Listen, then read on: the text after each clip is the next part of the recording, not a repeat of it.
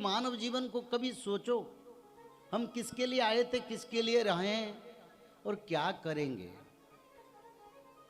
अभी तो हमारा बस में है, मृत्यु के बाद हम काल की अधीन और आध्यात्मिक तत्वों के अधीन को जाएंगे, जो उनके लिए एक देवता को प्रभु ने इनके लिए नियोजित किए हैं, जिसको हम जम देवता कहते हैं। कर्म धर्म विचार, पुण्य पाप का विचार वो करते हैं। जब तक हम बचे हैं, चल प्रचल हैं, तब तक तो हमारी अधीन है। और इसी समय एक एक क्षण भी हमारी के लिए मूल्यवान, क्योंकि वो लोग द्वंद्व करता है जो अज्ञानी है। वो लोग द्वंद्व करता है जो अज्ञानी है। यानी शास्त्र कहता है माया के कारण मनुष्य कहता है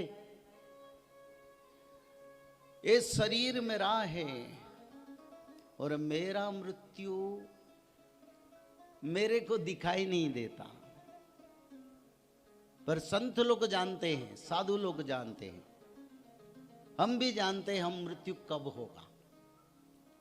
जब मैं बोलता हूं, मेरे को कुछ भक्त बोलते हैं ऐसे क्यों कहते हो, पर तो वो लिखा है, उसको कौन टालेगा। हाँ, धर्म के प्रभाव से आयु का वृद्धि होता है, भागवत कथा करने से आयु वृद्धि होता है, सत्संग और नाम भजन कीर्तन करने से आयु का वृद्धि होता है।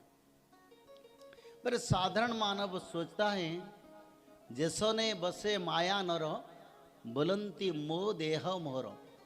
माया के कारण मुंह मेरा मनुष्य बोलता है और इस शरीर को समझता है ये सब है मेरा। पर ये जो शरीर है, ये शरीर बना है एक भाड़ा का घर है। इसमें भगवान ने जीवन्यास किया और तुमको मौका मिला, आप लोगों को सत्कर्म सत्संग सद बुद्धि के माध्यम से जीवन और आत्मा को शुद्धि करके अपना सो स्थान को निवर्तन करो। जैसे नदियां अनंत कोटि पथ अतिक्रम करके फिर जाता है, जाके एक दिन समुद्र में मिल जाता है। और एक बात कहूं, जो नदियां समुद्र में नहीं मिले हैं, वो नदियां मृत नदी में परिणत हुए हैं। यानी सब नदियां जल प्रवाहित होता है, पर जिस नदियां समुद्र तक नहीं जा पाते हैं उनका जीवन नष्ट होता है, यानी जीते भी मृत्यु हो जाता है।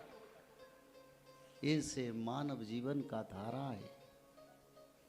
जब तक भगवान परमात्मा से आत्मा का मिलन ना हो, तब तक ये जीवन अधूरा है। और जिस दिन नदी जाके समुद्र में मिलता है, नदियां कभी सूखता नहीं और सालों भर जल प्रवाहित रहता है। ऐसे मानव जब जीव चक्र बंधन से मुक्ति मिलता है, उनका मृत्यु कभी नहीं होता।